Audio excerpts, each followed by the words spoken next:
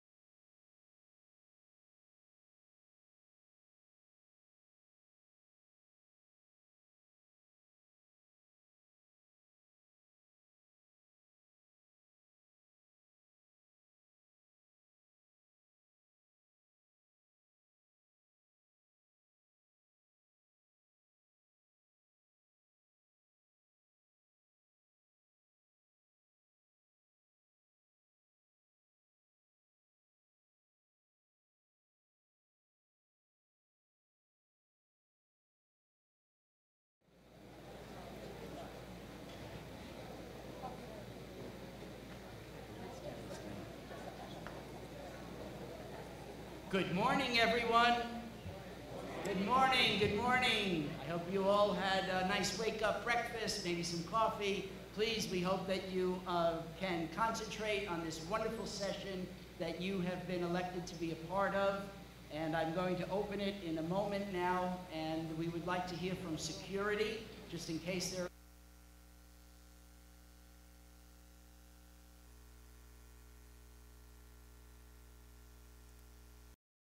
So before I officially open the 12th Youth Assembly at the United Nations, may I introduce the head of security, one of the heads of security, to come and speak with you about your stay here with us.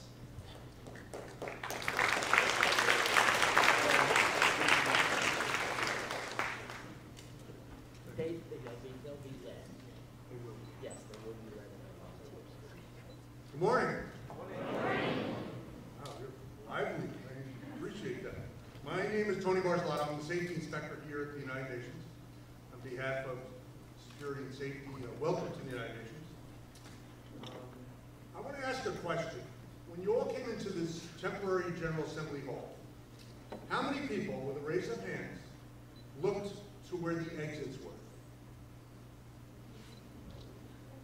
Well, if we take a count, it's only about 10 people. So here's what we have to do. No matter whether you're going to a mall, you're going to a nightclub, you're going to a university, a movie theater, or here at the United Nations, the first thing you should do before you enter any room is look for multiple exits. Not just one, multiple exits. Because in the event of a fire, or in the event of a shooting, or some sort of a terrorist attack, you want to be able to be prepared to know how to get out before the event happens. So with that said, let's look at the exits in this temporary General Assembly hall. Excuse me. To my right, there are 2 sets of exits. You go out those 2 sets of doors, you will go into a very small hallway, and if you just walk across the hallway, you will go into another set of doors which will take you directly outside. To my left, similar set of doors. The hallway, though, is a little different. You can go left and out the same way that you came in, or if you make a right, you'll just go to the rear of the building and you'll be outside. And of course, directly behind us, there are 4 doors that will take you also directly outside. Now, if we go outside, you're going to walk out to the front of the building, and we're going to go across to a place called Dag Hammarskjöld Plaza. It's a big open courtyard. That will be our meeting place. Now, how do we know if we have to leave? Well, in the event that the fire alarm activates and you do not hear a message, we're going to ask everybody to get up and calmly try to exit as quick as you can. Now, if there's a message that tells you to stay in place while we investigate, that's exactly what we want you to do. Please understand your safety and security is our #1 concern today. And there are many things that could be happening in this complex. You know, the UN is 6 city blocks long. So there's many things that could be happening elsewhere, and your safety being here might be the choice that we have taken. And there's another option that we may relocate you to another portion of the complex. You know, there's many safe havens that we can take you to. At that point, we would want you to follow the instructions given over the loudspeaker and by security officers. You know, we have the best security force in the world. You've probably encountered them coming in. And of course, they will help in the event that evacuation is needed. So, please again, just follow all instructions. Now for a couple logistical items. If you go out the set of doors to my left, for ladies' room, you're going to walk just a few doors up, and the ladies' room will be right there. For the men's room, you have to go around the corner, all the way down to the end of the hall where the vending machines are, and that's where the men's room is. Of course, does anybody smoke here? Raise your hand. Anybody lying? No. I'm kidding. I'm only kidding. Well, I'm glad to see that, because you shouldn't smoke anyway. If you do smoke and you're lying, you're going to have to go outside to the front of the building. We have ashtray receptacles out there, and then you can re-enter. Okay. Any questions or concerns?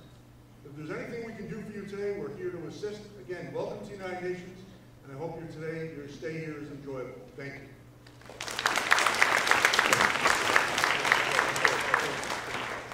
That's wonderful. Great advice that we hope you will not have to use. But please remember it, because in the case of an emergency, we'll want you all safe and taken care of. But fortunately, we feel very, very safe here. So I'm glad to see you all, and you know that many more will be coming in. Unfortunately, there are still more announcements. When you have a program as large as this, I was explaining earlier to the gentleman from security, we began with 100 people. Like 13 years ago, actually, and now look at how many people are here, and actually there were at least 300 or 400 more who registered who we weren't able to take in.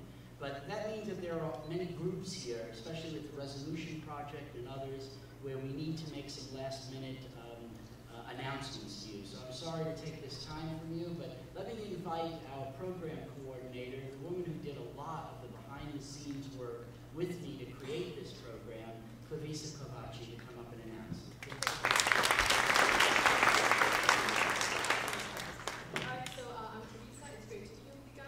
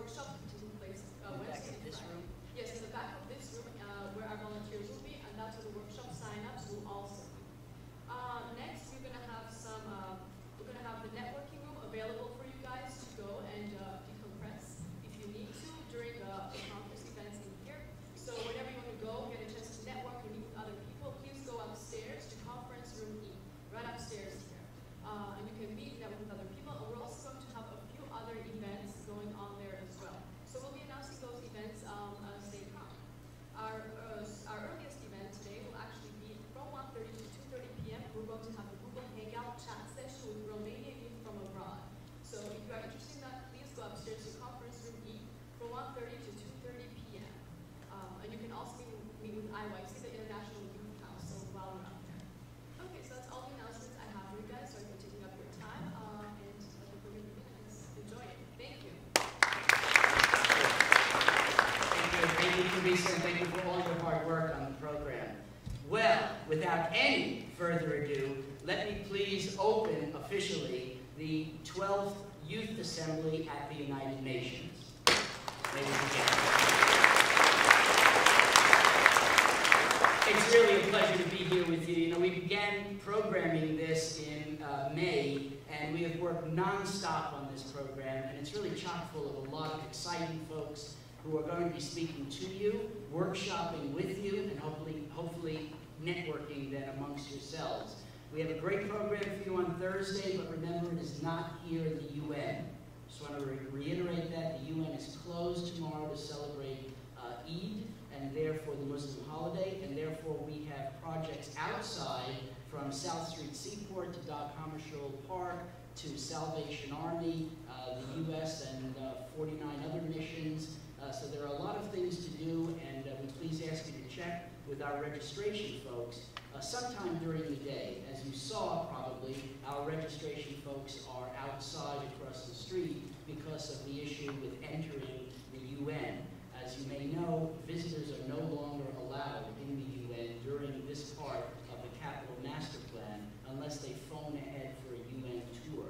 That means that very, very few non-staff personnel are in this building. So you should be very proud and honored to be among those who are being let in. And I apologize for the difficulty you had in coming in, but that goes hand in hand when you do a master plan renovation as we are doing here.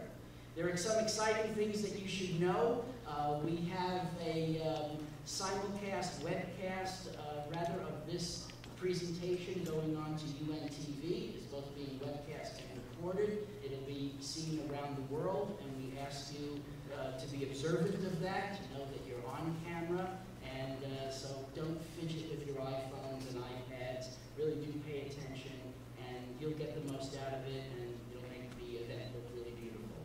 I think we're going to start our presentations today with a performance that has been brought to us every year, different performers of very high quality and caliber by Kyoko, who I believe is with us in the audience somewhere. Kyoko, can you? There she is. We should give her a hand. She has brought us some really wonderful performers from around the world.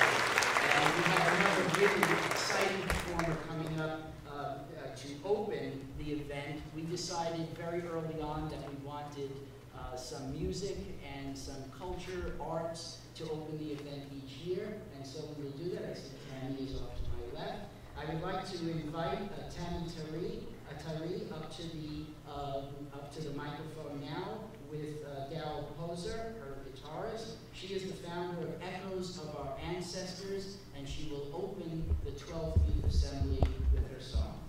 Ready?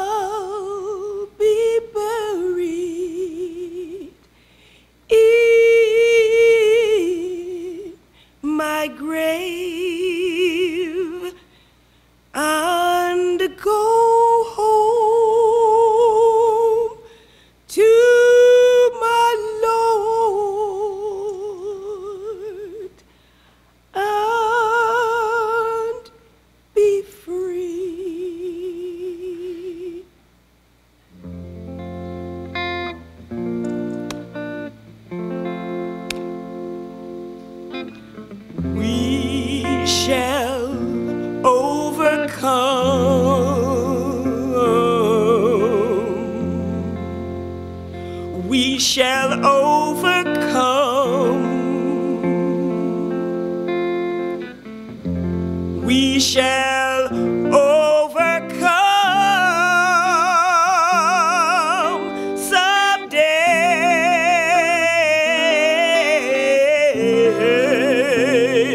Oh, deep in my heart, I do believe that we shall overcome someday.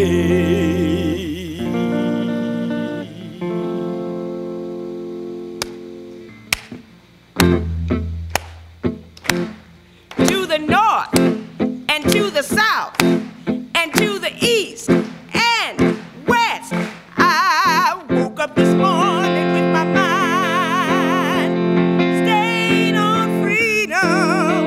I woke up this morning with my mind stayed on freedom. I woke up this morning with my mind stayed on freedom. Hallelujah, hallelujah, hallelujah. I'm walking and talking with my mind stayed on freedom. Walking and talking with my mind stayed on freedom. I'm walking and talking with my mind stayed on freedom. Hallelujah, hallelujah, hallelujah. Glory, glory, hallelujah. Glory, glory, hallelujah. Glory, glory, hallelujah. I know the truth keeps marching on.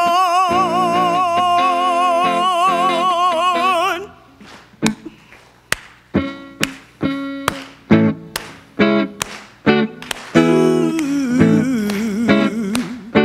ooh, ooh. If I had a hammer, you know I'd hammer in the morning, I'd hammer in the evening, all over this land. I'd hammer out danger, I'd hammer out a warning, I'd hammer out the love between my brothers and my sisters, all over this land.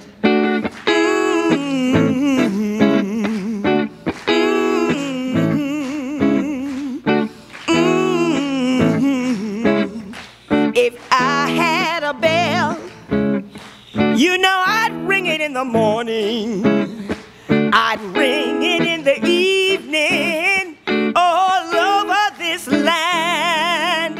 I'd ring about danger, I'd ring out a warning, I'd ring out the love between my brothers and my sisters, all over this land.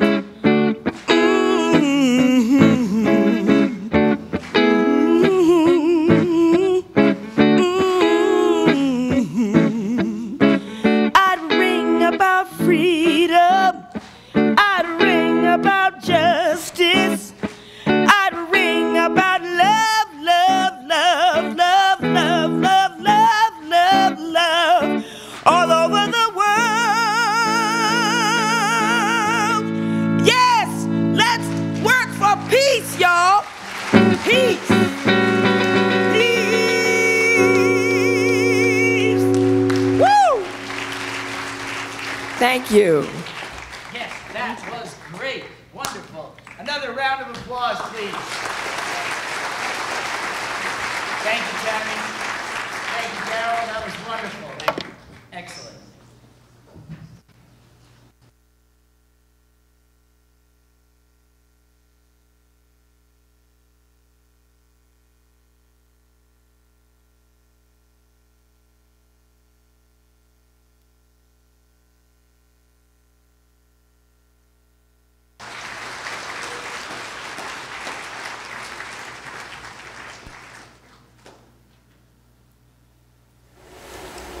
Your Excellency, Ambassador Simona Miculescu, Permanent Representative of Romania to the United Nations, Excellencies, distinguished global youth leaders, welcome to the 12th Global Youth Assembly. You meet in momentous times. You belong to the largest generation of youth the world has known. The challenges are many for jobs, for opportunity, for social justice, and environmental sustainability. The clock is ticking on the Millennium Development Goals, and much remains to be done. United Nations member states are also working hard on a blueprint for a post-2015 development agenda that will meet the needs of people and the planet. World leaders are responsible to ensure your sustainable future. But you have a major role to play. Demand accountability, exercise influence as consumers and commentators, provide the momentum through your ideas and energy. Last month, we were all inspired by Malala Yousafzai at the Youth Takeover at the UN. Let us follow her example to stand for what is right and act on our convictions. When we work together, we can create the future we want. Thank you for coming together to do just that. I wish you a stimulating and productive meeting.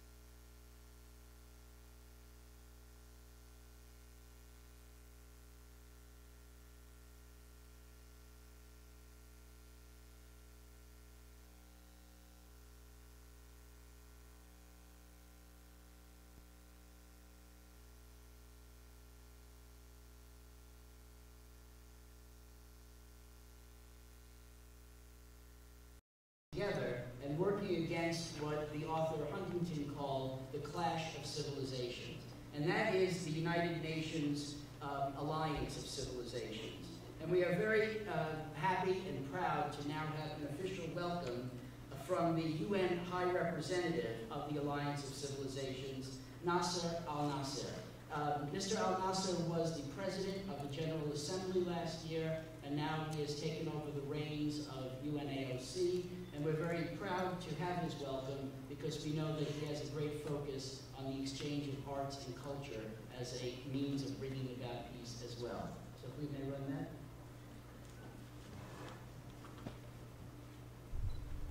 that. Your Excellency Simona Miculescu, Ambassador of Romania to the United Nations, Mr. Patrick Sciarratta, co-founder of the Youth Assembly at the United Nations, Mr. Ahmed Al-Hindawi, United Nations Special Envoy for Youth, participants of the 12th Youth Assembly, distinguished guests, ladies and gentlemen.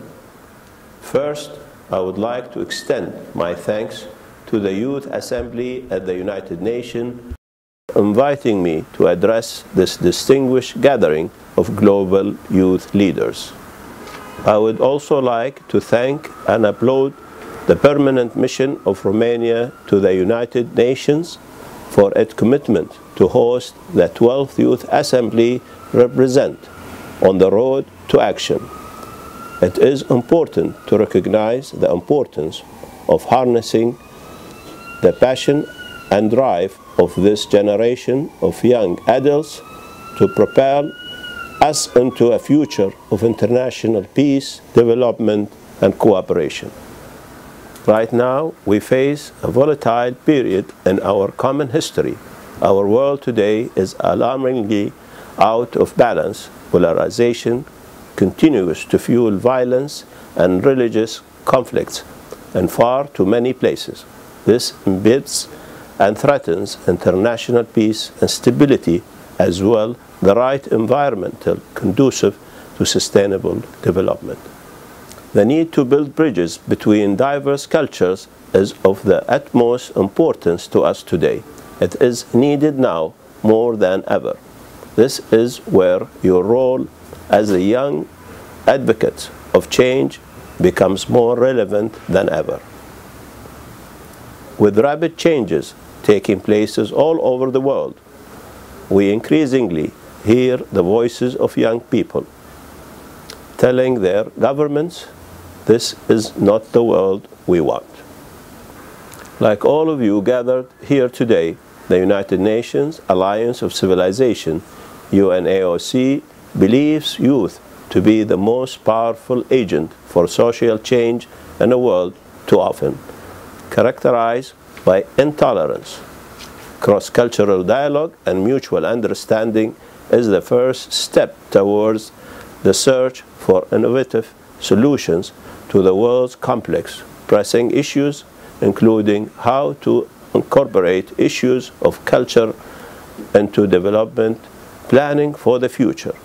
Today's Youth Assembly serves as a crucial process for transforming relationships and bringing their energy and courage to some of the most difficult issues we face. As one of the pillars of the work of the Alliance of Civilizations, youth is a basic component of our activities. As such, the UNAOC is investing a lot of energy and reaching out to them and strengthening their leadership skills. We at the Alliance engage with youth in two ways. One, the UNAOC summer schools promote the empowerment of youth by strengthening intercultural skills and competencies and strengthening young people's capacity to get involved in the preparation and implementations of cooperative action across the divides. Second, the Youth Solidarity Fund provides seed funding to outstanding youth-led initiatives that promote long-term constructive relationships between people from diverse culture and religious backgrounds. Ladies and gentlemen, the clock is ticking as we approach that transition from MDGs to the SDGs. Sustainable development is a defining issue for all of us, and young people can and must play a central role in bringing new ideas, fresh thinking, and energy in that area. Their voice, the voice of the future of our world, must be heard. I am sure that the participants of the 12th Young Assembly are able to generate new ways of approaching today's global challenges. So let us embrace this energy and work together for a better world. I wish your meeting all success.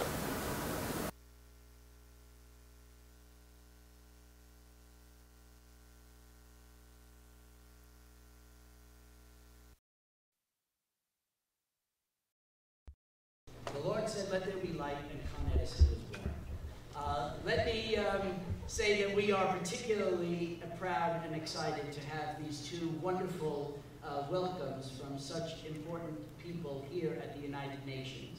It gives us an idea that the United Nations is listening to youth, and certainly you'll be hearing shortly from the new Special Envoy for Youth, Ahmed Al-Hamdawi, and we look forward to all of your thoughts and your continued interest in global development and issues surrounding the United Nations. I have to say that one of the most important welcomes that we have, the most important for me, will come next from our lead endorser and host. From the permanent mission of Romania, Ambassador Simona Miculescu has known of the work of Friendship Ambassadors Foundation for many years. So it's really a pleasure to have a welcome from someone who knows of our work and is also very much invested in youth, culture, and the arts, and is considered one of the very special ambassadors here at the United Nations. And the permanent representative of Romania, I would like to introduce now Permanent Representative Ambassador Miculescu.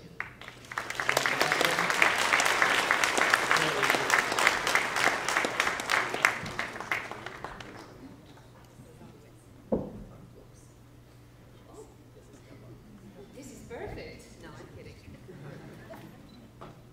Salut! This is the Romanian way of saying hi, so I want to hear you.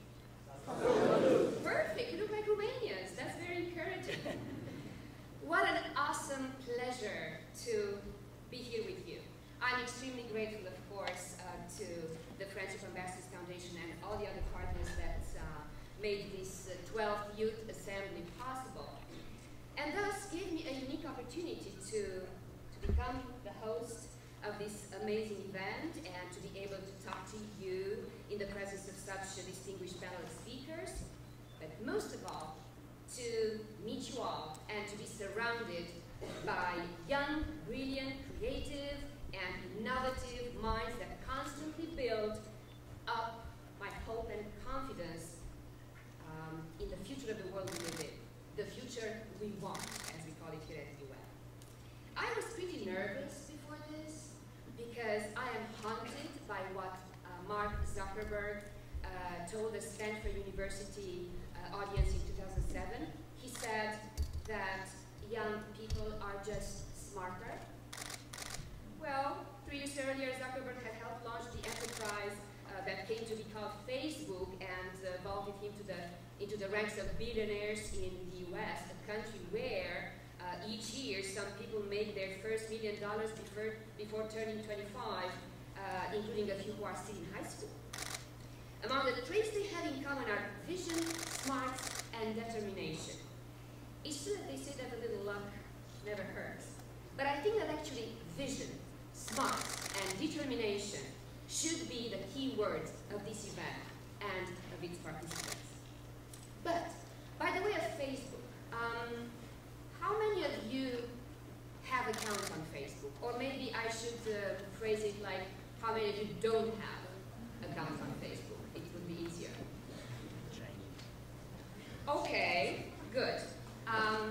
Well, having Wi-Fi, free Wi-Fi here, and all of us being able to connect from your smartphones and tablets, I want to challenge you on a little online adventure.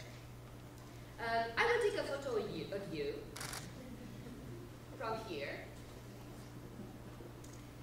and I'll post it on my Facebook account during the break, after this session, not during the session, okay?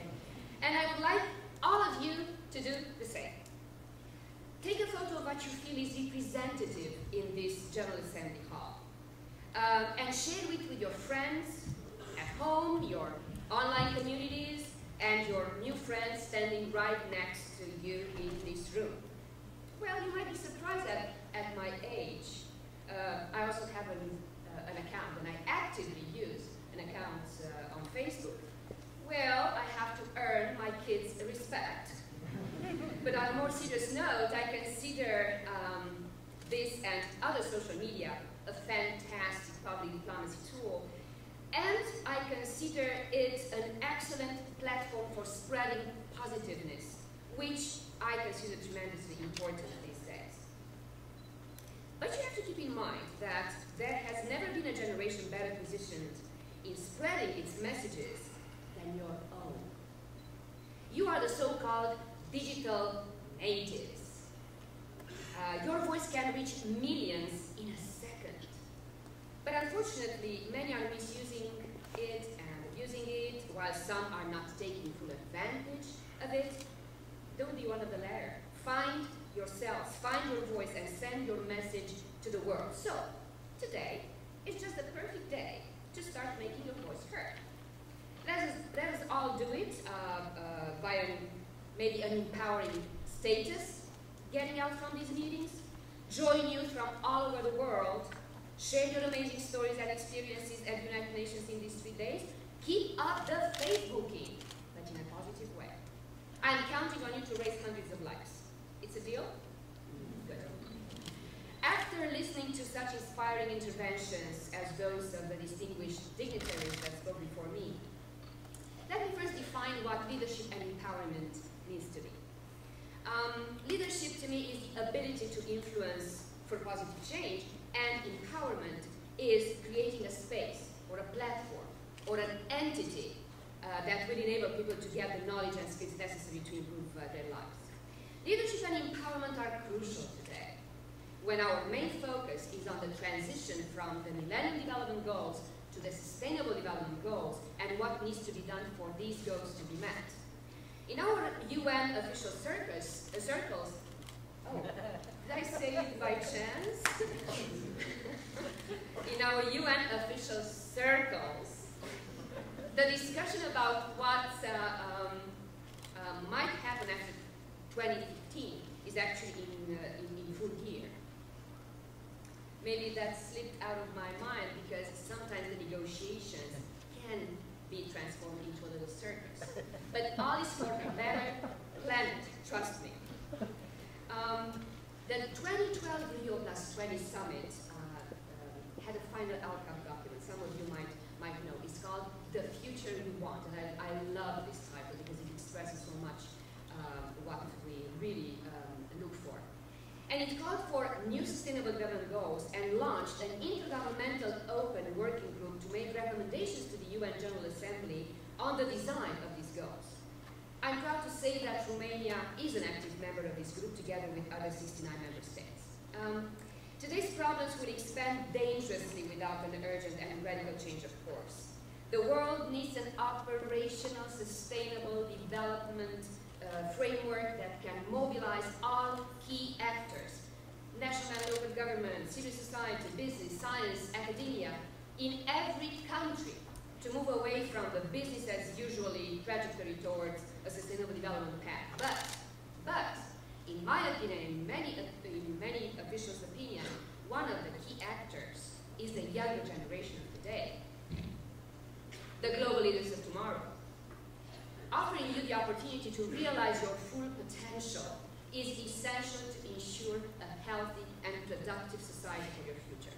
So what can you do in this process? How can you make your voice heard?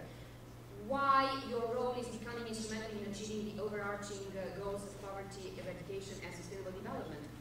Firstly, let me tell you just a few facts and figures that speak for themselves. Today, 1 person in 5 in the world is between the ages of 15 and 24.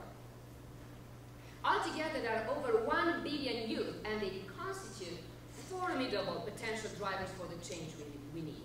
Most young people, about 85%, live in the developing countries, with 60% in Asia. The statistics related to youth make a strong argument for scaling up investments in youth development. And the challenges are clear. 200 million youth living on less than $1 a day. 100 million are illiterate. 10 million live with HIV. And 88 million young people are unemployed. While member states and United Nations agencies increasingly recognize the importance of investing in youth, it is very difficult to measure the success of their interventions. Programs and policies are insufficiently monitored, and many existing data are not age aggregated. Effectively addressing the special needs of these youth is a critical challenge of the future. Secondly, we need guys to capitalize and maintain the momentum on youth, created by the numerous recent initiatives and conferences that have been focusing on the role of youth in development. Don't forget that one of the top priorities of the Secretary General for his second term is youth. For instance, from the Secretary General's Education First Initiative to the renowned Malala Day, youth voices have been converging in the General Assembly in an unprecedented call for action in an effort to bring attention to the global education emergency of 57 million girls and boys who do not have access to education. And this is only one example. Thirdly, and probably the most important argument, is that young people are a major human resource for development, and a key agent for social change, economic growth, and technological innovation. Participation in decision-making is a key priority of the UN Agenda on Youth, and you'll hear this many times these days. Through active participation, you, young people, can be empowered to play a vital role in your own development, as well as in that of your communities, helping them to learn vital life skills, develop knowledge on human rights and citizenship, and to promote positive civic action. To participate effectively, young people, though, must be given the proper tools, such as education about and access to their civil rights. Remember what John F. Kennedy said, leadership and learning are indispensable to each other. On the other hand, your main asset should be and is creativity. You have all the chances to belong to what the writer Richard Florida called the creative class. That includes people in science and engineering, architecture and design, education, arts, music, and entertainment, whose economic function is to create new ideas, new technology, and new creative content. We all know that creativity is what powers many of the new industries of our day, from the social media, as mentioned, to computer graphics, to medical research, and urban planning. The current business environment means that creativity is the most prized commodity. You must develop and use the skill of creativity as the world progresses towards a new age. It will aid you in global problem solving and daily living.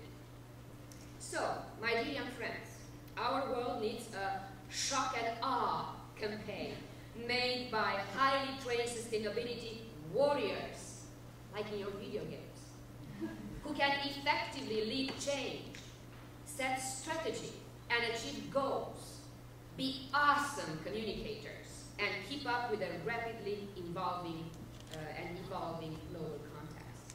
Our role, mine and of all my colleagues standing around me in front of you today, is to find those talents among you and arm them with the knowledge and skills needed to succeed.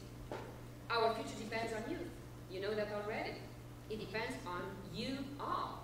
So you have a little burden on your beautiful young shoulders. But make it an opportunity, not a difficulty. To sum up, I think my modest intervention today could be simply put in a geometrical triangle that links youth both with development and with global leadership. All of you present here today constitute a real force of tomorrow. And all these institutional and political processes of sustainability and development can only be shaped through your contribution and active involvement. So let us turn from placid spectators into energetic and enthusiastic participants. I remember that Franklin Roosevelt once said that we cannot always build the future for our youth, but we can build our youth for the future. He was right, but you can also help us being ever more committed, ever more innovative, hardworking, and fearless. Remember that, fearless. Following, for instance, the example of great champions such as Nadia Comaneci, the legendary Romanian gymnast who wrote history in the world gymnastics, who once said, "I don't run away from a challenge because I'm afraid. I run towards it because the only way to escape fear is to trample it beneath my feet." So it's time, dear young friends, to put the you in youth. Thank you.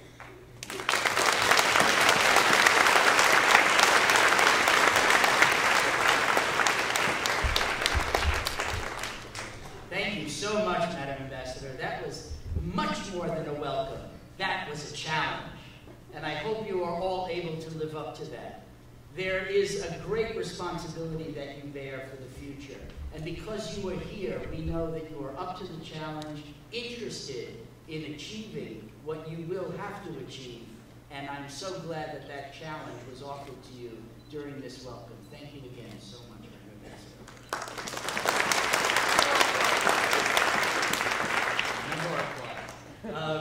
So, a couple of things that were mentioned.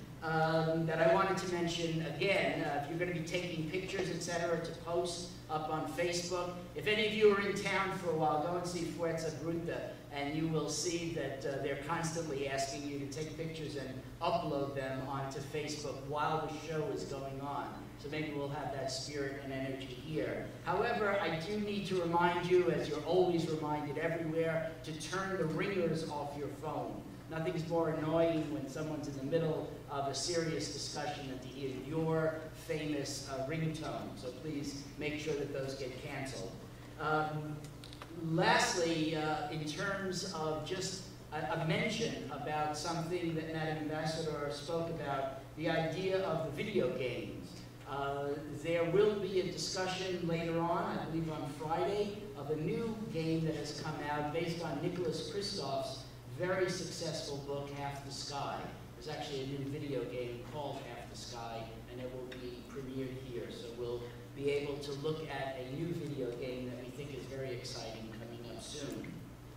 Remember again, for those of you who just come in, that we are being webcast live on UNTV. We ask you all to send your friends back home a little quick note asking them to tune in to UNTV so that hopefully they can see you and certainly they can be part of this experience. We are going to have a Google Hangout. We're going to be inviting people to come on to speak with us from, you heard before, from Romania and elsewhere. We're very proud that Romania is taking the lead here, as Friendship Ambassadors Foundation 40 years ago began its work in Romania, and actually it's my anniversary too. 20 years ago I came to this wonderful institution, so I'm very happy to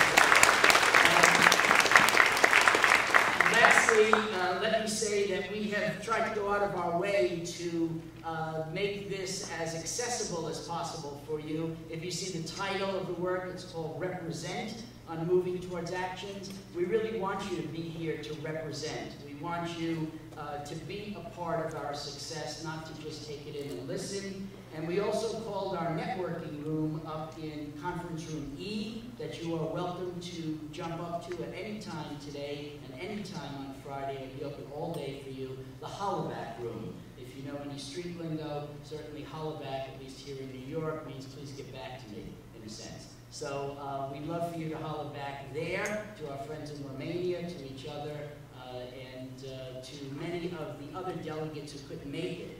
What I find really exciting is that there are not only many, many individuals here, twice as many as we had at our last several of these youth assemblies, but delegations. We see the inevitable Tzu Chi in their blue and white here. We know that there are many folks from EACT who are in blue today.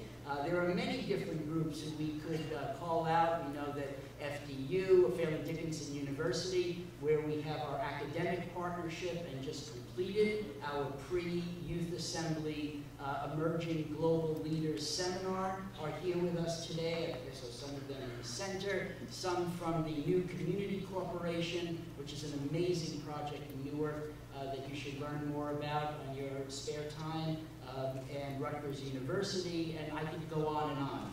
But one I really want to mention in particular, and that is because we are very, very fortunate to have a welcome coming up from Jane Goodall. Many of you know Jane Goodall. In case you don't, she really enabled us to understand our role in the world better by her lifelong achievement working with chimps in the jungle and finding our relationships and also seeing how they live very similar to we. And it began to make other scientists understand the relationships better within the living world.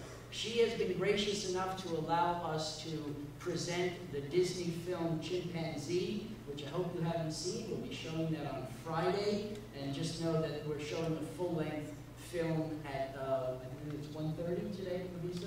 At 1:30 in this room called Dancing in Jaffa, which we would love you to see also. It's a brilliant movie. Both Dancing in Jaffa, which premieres as an ICM film next March, is being previewed here, and we ask that no one take any film of it and no one do any reviews of it, as it's not ready for that, but you have an amazing opportunity to see both Dancing in Jaffa and Chimpanzee. But I mention this also because one of the groups that's here was created by Ms. Goodall, and it's her youth organization, Roots and Shoots. And although we couldn't get a video for everyone, being that Ms. Goodall is going to give a welcome, we thought it was really also appropriate to highlight one of our groups. That group is Roots and Shoots, and we'll do a short little video about the Roots and Shoots organization, and then lead right into Ms. Goodall's welcome. Okay, that's what's coming up next.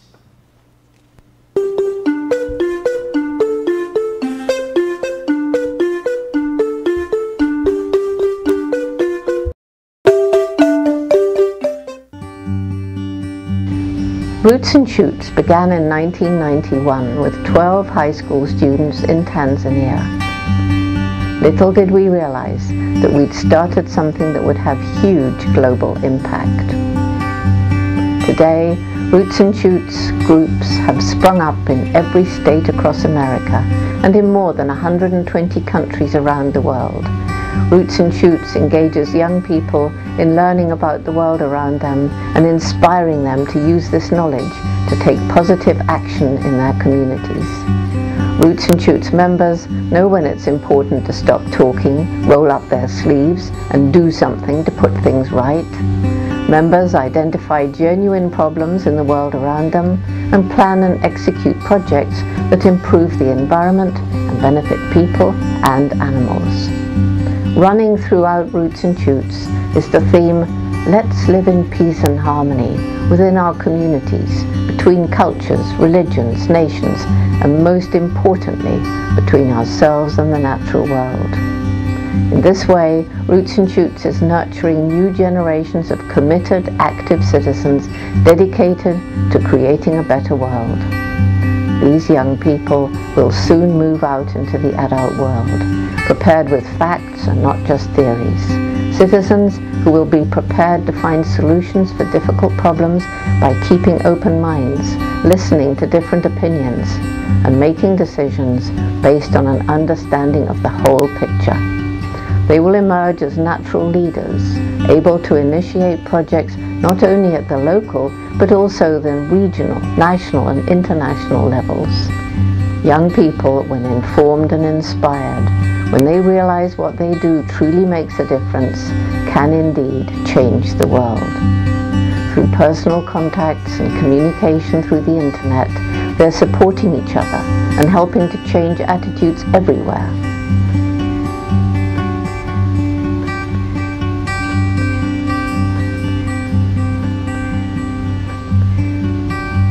They give me reason for hope. Hope for the future of our much abused planet. Hope that the youth of today will be better stewards than we have been.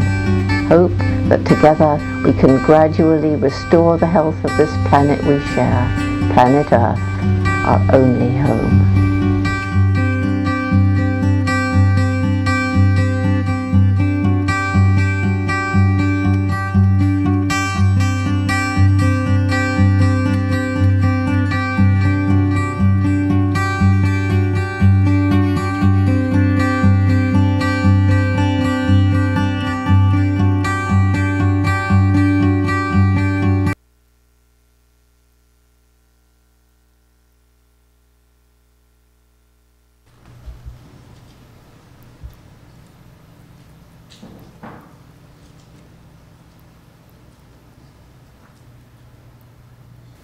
Hello, I'm Dr. Jane Goodall.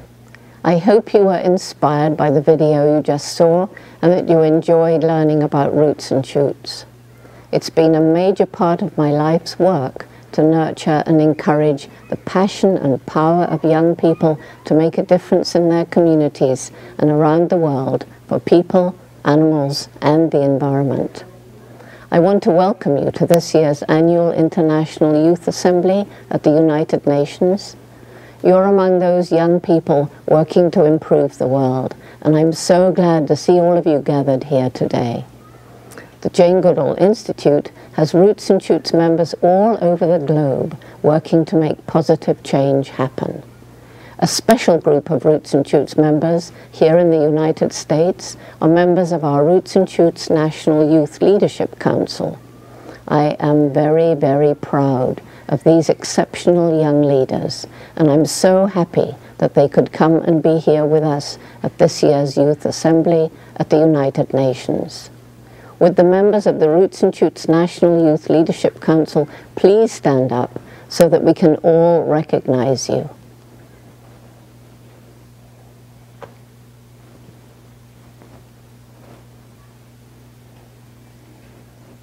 Thank you so much for all of your hard and meaningful work. From the time that I was a very young, curious child, being inspired by books such as Dr. Dolittle and Tarzan, I was determined that I would go to Africa to live with animals in the wild and write books about them. Most people laughed at me, as women didn't do such things back then.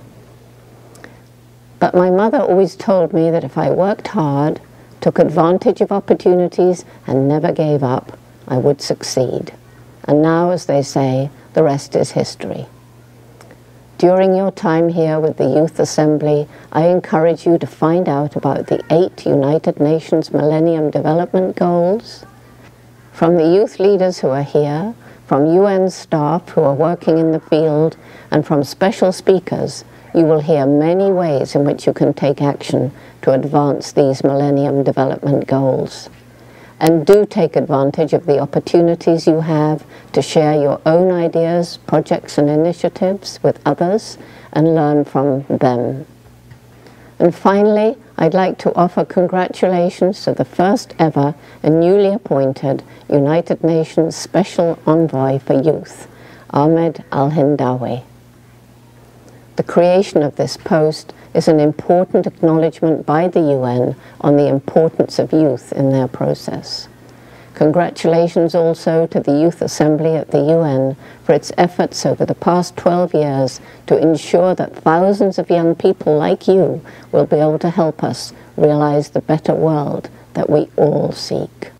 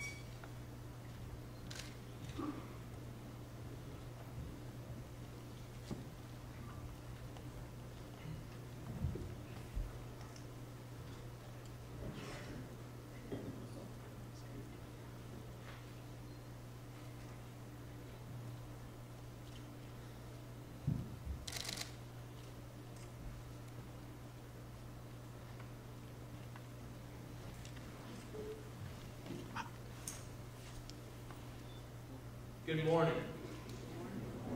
Good morning. Good morning. First and foremost, thank you, Patrick. Thank you, FAF. What a phenomenal event. I think we all should give you and your team a round of applause.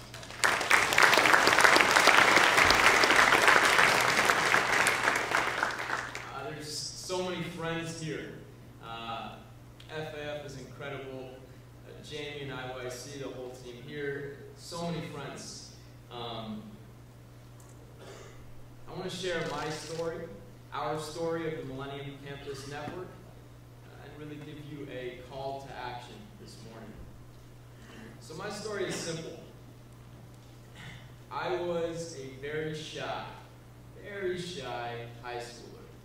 Some would call me a loser. I don't term myself that way, but some said I was on the outside looking in. And I remember, I'll never forget, I had one date in all 4 years of high school. That was it. That's funny. Yeah. One date in all 4 years of high school. And it was a blind date set up by my friends, so I was just too afraid. I still remember picking up my phone to call a girl and being so afraid I just couldn't do it. And fast forward to college, I went to Brandeis University outside of Boston. 2 things changed my life. 2 things. Number 1, I was in a store and I stumbled upon an article that said, How to End Poverty. It was the cover of Time magazine. And it was excerpts of the book, The End of Poverty, by the economist Dr. Jeffrey Sachs, who was a special advisor to the UN Secretary General on the Millennium Development Goals. And what stuck out to me in that article, and then in reading the book, The End of Poverty, was that, 1, I learned that 1.2 billion people around the world are living on less than $1.25 per day, lacking access to food, health care, clean, safe drinking water, things that I take for granted. But 2, that rich and poor nations can work together to address this crisis. We all have a responsibility to do so. And that stuck out to me because I suddenly realized we're not alone. We're all interconnected.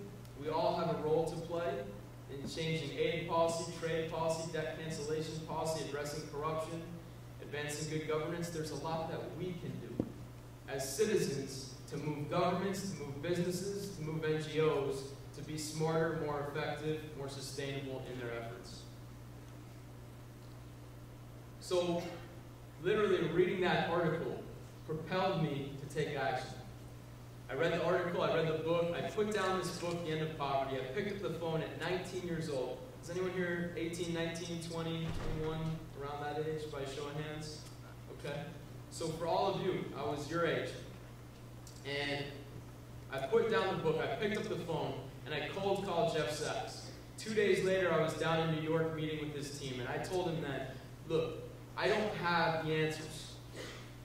I'm 19 years old, I don't have the answers yet, but I know our generation can do more on these issues. Of that I am certain, and I want to try. And I came back to Brandeis. We started fundraising, little by little. Big actions start small. We teamed up with events, bake sales, concerts, you name it. And we raised $5,000 for bed nets to prevent malaria. And from there, we said, what can we do next? What can we do next? We've mobilized our campus at Brandeis. Where can we go from here? So we convened 6 student organizations from 5 campuses in Boston. And we said, with 2 organizing principles. Number 1, that we as young people can actually make a difference in advancing the UN Millennium Development Goals. And number 2, that we're going to be more effective if we work together, if we all work together, rather than trying to go at it alone. 6 months later, we had our first Millennium Campus Conference at MIT. 1,000 students showed up from around the world. Jeff Sachs showed up. Dr. Paul Farmer, Partners in Health, showed up. John Legend showed up. All these global leaders showed up. And we were shocked. We said, we're 2021. What do we know? What do we know? Now the truth is, what don't we know? We're ready to take action right now. And that's what I realized at 19, 20, 21. That you don't have to wait. That action starts right now. Jeff, Paul, and John, they joined our board of advisors. We formed the Millennium Campus Network. And one of the things that I realized at that point was that every voice matters. Every voice matters. And one of the ways I learned that was quite literally being in the seats that you're sitting in right now. I'm 26 now. At the time I was 19, 20, 21, sitting every year, coming to the Youth Assembly of the United Nations, sitting where you are, and asking myself, why am I here? What is my purpose? What can we accomplish together? And being able to meet ambassadors and leaders and realize We're all the same. We're all human beings. Doesn't matter how young you are, if you have passion, if you have an idea, and you have follow through, things can happen. Things can change. And so, 5 years in, 5.5 years in, what have we done? Well, we're about to have our 5th annual Millennium Campus Conference, and I invite you all. It's November 1st and 2nd in Boston. You can go to this website, mcc2013.org. Write it down, mcc2013.org. Check it out. So we've engaged over 5,000 students through this conference. When we started out, we had no money in the bank. We were working out of our dorm rooms. We would have meetings in pajamas. I mean, literally, we didn't care. We just had an idea. But we came back, and we started coming to the UN, and we said, hey, United Nations, will you fund us? And every year, they said, no, we're not interested. We have so many proposals that come across our door. One piece of advice I would give you, be persistent. Persistence pays off. We kept coming back to the UN time and time again, saying, look, we want to build a national student movement across the United States for the Millennium Development Goals. We're on the same team. We did the first conference, we kept coming back, and I'll never forget, we met with Anita Sharma, who was working at the UN Millennium Campaign. And we presented our budget to her. We were hoping for $2,000 or $3,000. She looked down at the budget, she looked back up at us, and she said, how about $20,000 to $30,000? I said, 30,000 sounds great. And so that was our first donor. That was how it all started. We started in dorm rooms. And from there, the Gentivar Foundation and Microsoft and HP and all these corporations and foundations and individuals have got behind this movement.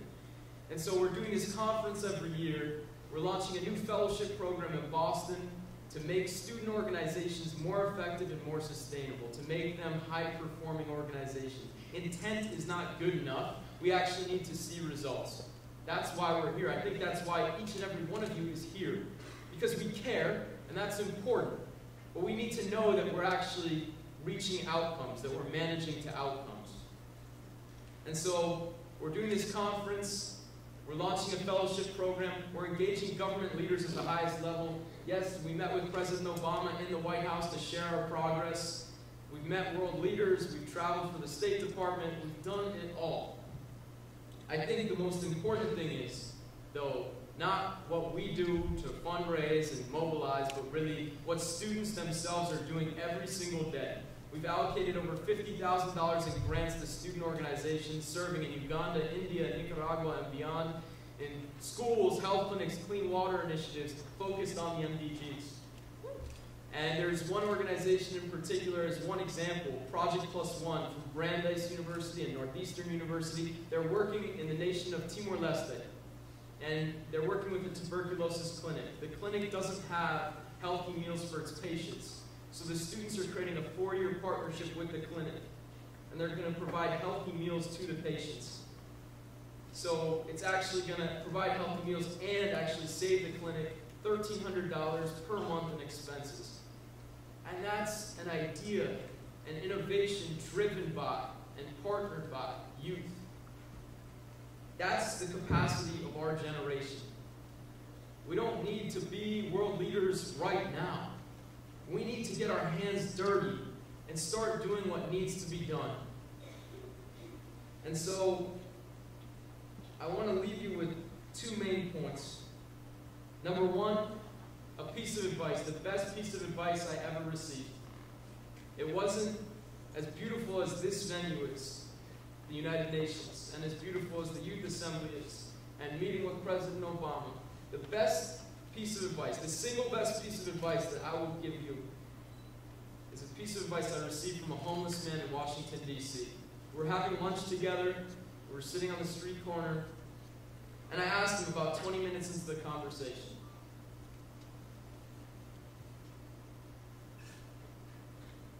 About 20 minutes in, I said, how do you survive?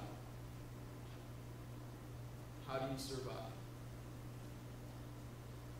And he looked back at me, and sitting on the sidewalk looking up at the passerby, he said,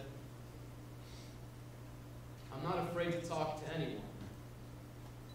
I'm not afraid to look up at those above me and ask for help. Never be afraid to talk to anyone. Never be afraid to talk to anyone. I have carried that advice with me in everything that I do.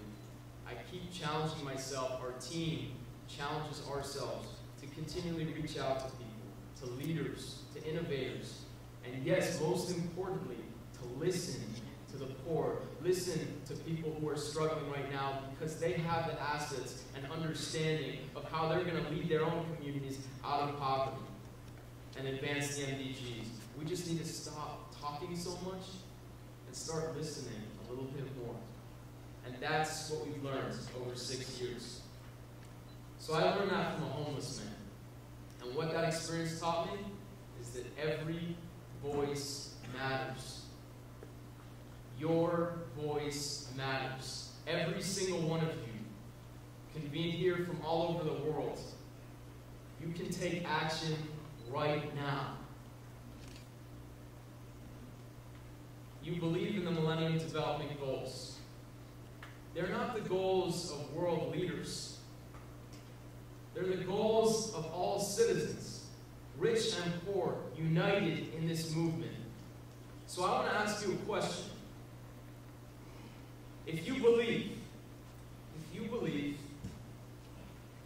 that education is a human right, I want you to stand up right now. If you believe that healthcare is a human right, I want you to stand up right now. Clean water, environmental sustainability, maternal health, ending child, all these issues, extreme poverty. If you believe it's unconscionable that 1.2 billion people are living in extreme poverty as we meet at the United Nations right now, then what we need from you is commitment to action, to challenge yourselves, to reach out. So I want you to take one moment right now, turn to the person behind you, and introduce yourself right now. Go ahead. Go ahead.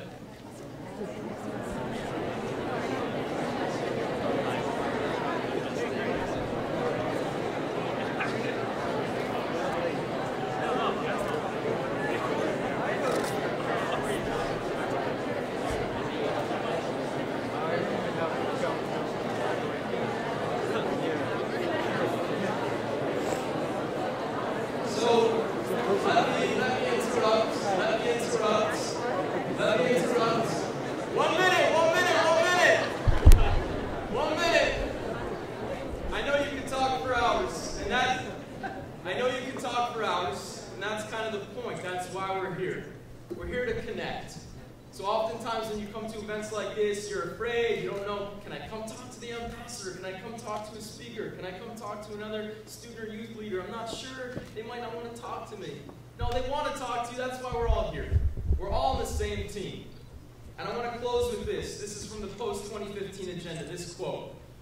The next development agenda must ensure that in the future, neither income nor gender, nor ethnicity, nor disability, nor geography will determine whether people live or die, whether a mother can give birth safely, or whether her child has a fair chance in life. We must keep faith with the promise of the MDGs and now finish the job. That's your job. Thank you so much for being here. Honor to you.